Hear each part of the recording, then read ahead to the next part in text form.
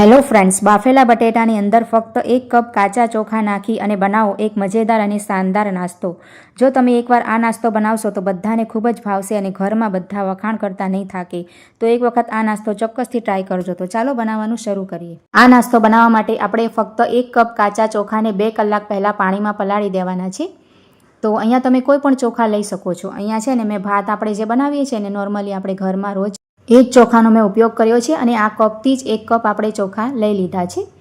અને આપણે જુઓ અહીંયા ચોખાને મેં પહેલેથી જ પલાળી દીધેલા છે. ચોખા આપણા એકદમ સોફ્ટ થઈ ગયા છે. જો આ રીતે આંગળીથી આપણે દબાવીએ ને તો એકદમ તેનો ભૂક્કો થઈ જવો જોઈએ. અને પલાળતા જ પહેલાં તેને સારી રીતે ધોઈને પછી આપણે પલાળવાના અને તેનું પાણી નિતારી લીધું છે. વધારે પાણી તેમાં નહીં રાખવાનું કેમ કે આપણે જે મિશ્રણ છે ને વધારે ઢીલું ના થઈ જાય. હવે આપણે એક મિક્સર જાર લઈ લેવાનું છે અને બધા ચોખા તેમાં એડ કરી દેવાના છે.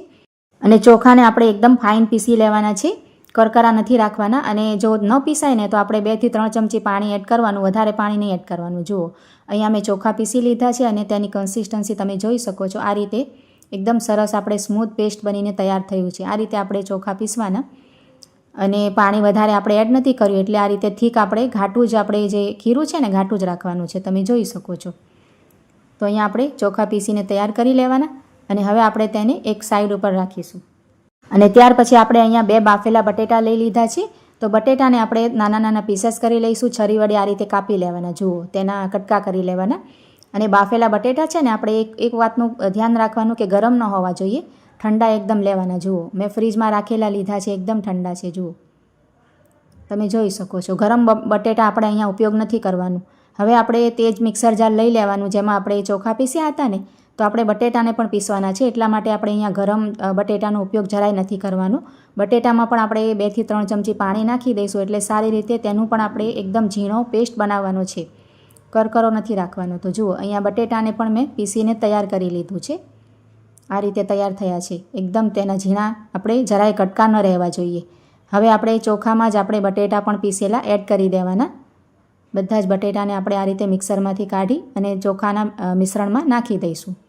હવે આપણે છે ને હાથને એકદમ સ્વચ્છ કરી લેવાનું ધોઈને, કેમ કે આપણે હાથથી આ રીતે મિશ્રણને મિક્સ કરવાનું છે એટલે ફેટવાનું છે. જો આ રીતે આપણે જેમ ઇડલી વગેરેનું ખીરું ફેટીએ છીએ ને એ જ રીતે આપણે એક જ દિશામાં આ રીતે ફક્ત આપણે 1 મિનિટ માટે જ ફેટવાનું છે, વધારે નહીં. તો આ રીતે ફેટવાથી શું થશે કે આપણો નાસ્તો એકદમ સોફ્ટ બનશે. આપણે તેમાં સોડા કે એનો કોઈ પણ જાતની નાખવાની જરૂર નહીં પડે અને એકદમ ફૂલેલો અને જાળીદાર બનશે નાસ્તો. તો આ રીતે અહીંયા મેં 1 મિનિટ સુધી બેટરને સરસ મિક્સ કરી લીધું છે. અને હવે આપણે ખીરામાં છે ને સ્વાદ પ્રમાણે મીઠું એડ કરી દઈશું.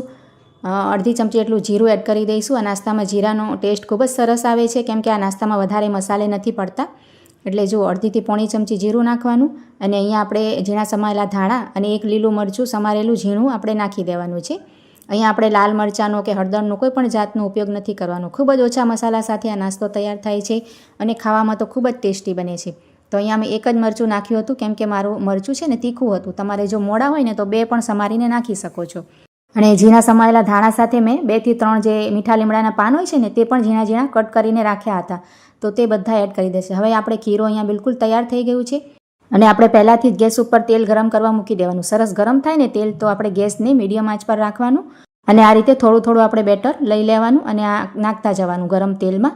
તો ખૂબ જ સરસ આપણો નાસ્તો છે ને ઈનો કે સોડા નાખ્યા વગર એકદમ ફૂલેલો તૈયાર થશે અને ખૂબ જ ક્રિસ્પી અને ચટપટો લાગે છે. આ નાસ્તો એકવાર જરૂરથી ટ્રાય કરજો. ખૂબ જ સરસ બને છે અને બનાવવાનું ખૂબ જ સરળ છે. ખૂબ જ ઓછી વસ્તુમાંથી અને ખૂબ જ ઓછા સમયમાં નાસ્તો બનીને તૈયાર થઈ જાય છે.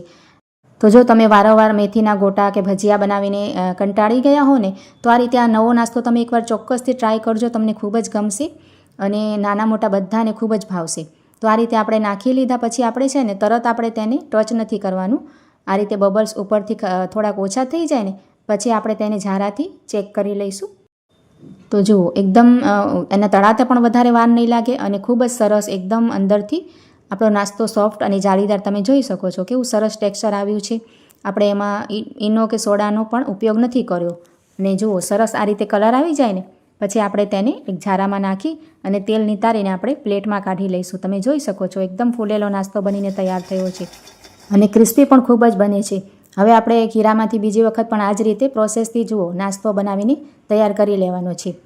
તો મિત્રો આ વિડીયો તમે ક્યાંથી જોવો છો મને કમેન્ટમાં જરૂરથી જણાવજો અને મારા વિડીયો તમને ગમે છે કે નહીં તે પણ જણાવજો. અને જો આ વિડીયો તમને સારો લાગે તો લાઇક કરજો અને તમારા ફ્રેન્ડ્સ અને ફેમિલી સાથે પણ જરૂરથી શેર કરજો. તો આ રીતે જુઓ, બંને બેચ આપણે સરસ રીતે તળીને તૈયાર કરી લીધી છે. તો જોયું ને તમે, 1 કપ કાચા ચોખામાંથી આપણે ઘણો બધો નાસ્તો બની ગયો છે અને ખૂબ જ સરસ જુઓ કેટલો ક્રિસ્પી તેનો ટેક્સચર આવ્યો છે અને ખૂબ જ સોફ્ટ બન્યો છે. તમે એકવાર ચોક્કસ ટ્રાય કરજો અને સારો લાગે તો લાઇક કરજો, કમેન્ટ કરજો, ચેનલને સબસ્ક્રાઈબ કરજો. ચાલો મળીએ નવા વિડીયો.